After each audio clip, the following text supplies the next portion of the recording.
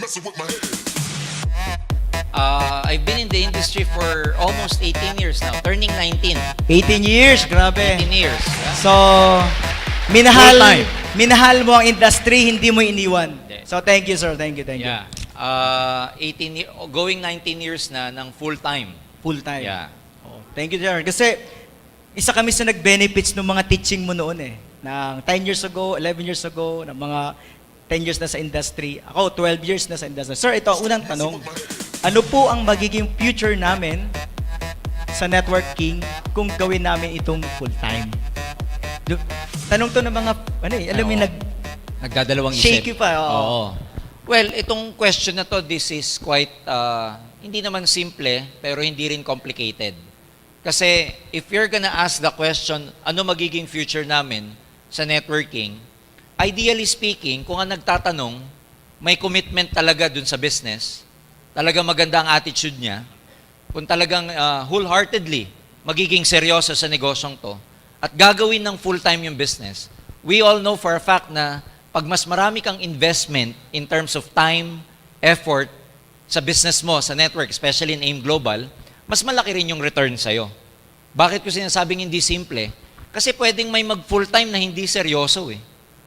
Pwedeng may mag-full-time na hindi naman ganun kalalim ang commitment. Tama. So, it doesn't matter kung full-time ka o part-time ka.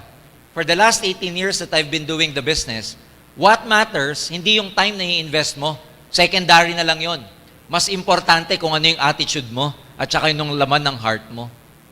Part-time ka nga, pero ang treatment mo naman sa negosyo mo, pang full-time attitude, tatalunin mo yung mga full-time, pero tanghali na gumising bago magbenta. Correct. Tanghali na gumising bago tumawag ng prospect. Pupunta sa office para tumambay lang, hindi ka magiging successful. So it doesn't matter if you're full-time or part-time. The important thing is, tama yung attitude mo na gagawin mo yung business natin. Ngayon, kung tama yung attitude mo, tapos sinamahan mo pa ng pagiging full-time, well and good. Napaka-clear ng future mo rito. As they say, payaman ka talaga sa negosyong to. So, attitude. Attitude, yeah. Commitment is Oo, attitude. kasi doon yun eh, dahil marami akong nakitang nagpo-full-time, pero they never make it a point to maximize their full-time. Kasi pag sabi mong full-time, dapat mula umaga hanggang gabi, ginagawa mo, kaya ka full-time.